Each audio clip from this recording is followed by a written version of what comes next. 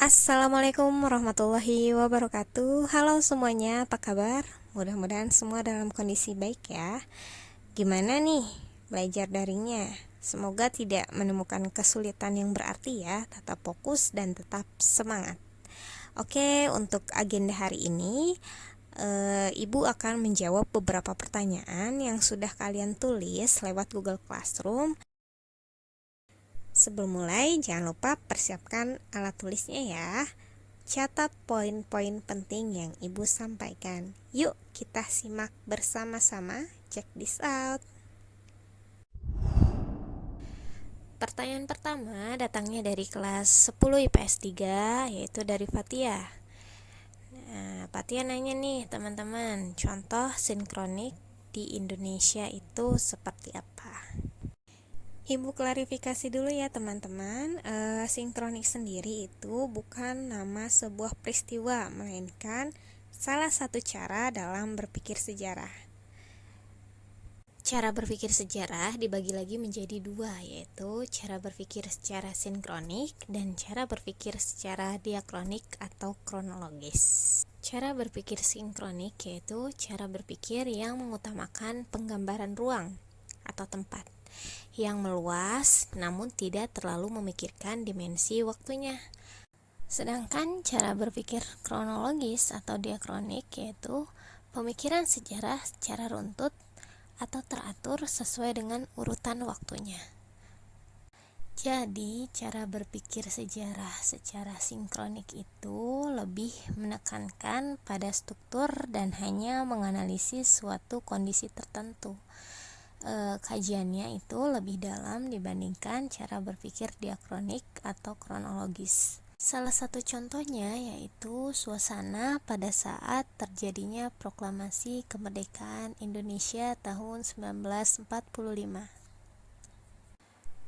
Yang disorot dalam pemikiran sejarah secara sinkronis yaitu proses terjadinya satu peristiwa, dimulai dari berlangsungnya pidato presiden, kedua disusul dengan pembacaan teks proklamasi, dan yang ketiga disusul dengan pengibaran bendera merah putih. Selanjutnya ada pertanyaan dari Yasmin Dias, kelas 10 IPS 1. Mengapa masa kependudukan Jepang termasuk dalam periodisasi sejarah di Indonesia? Jika berbicara tentang periodisasi, itu berarti kita berbicara tentang cara berpikir sejarah secara kronologis. Kronologis berarti sesuai dengan urutan waktunya. Nah, ketika ingin mengurutkan waktu, masa sejarah itu kita bagi dulu menjadi beberapa periode. Oke, di layar sudah Ibu sediakan gambar periodisasi sejarah Indonesia yang dimulai dari masa praaksara. Apa itu masa praaksara? Masa di mana manusia belum mengenal tulisan. Ya, nggak mungkin ya diawali dengan masa pendudukan Jepang. Enggak, jadi kita runtutkan dulu kejadian-kejadiannya berdasarkan periode yang paling awal terjadi, yaitu periode masa praaksara.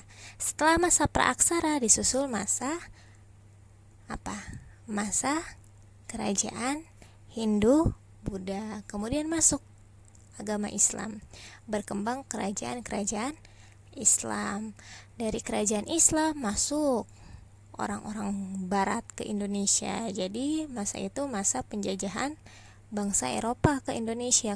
Kemudian disusul dengan masa pendudukan Jepang, dan yang paling terakhir yaitu masa reformasi yang masih kita alami sampai sekarang. Jadi kurang lebih seperti itu ya Yasmin Dias dan teman-teman yang lain.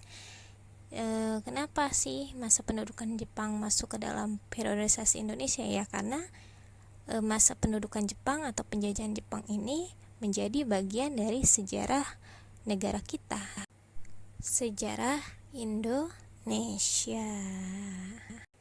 Sekian pembelajaran hari ini, mudah-mudahan bermanfaat ilmunya untuk kita semua, dan jangan lupa minggu depan persiapkan diri kalian.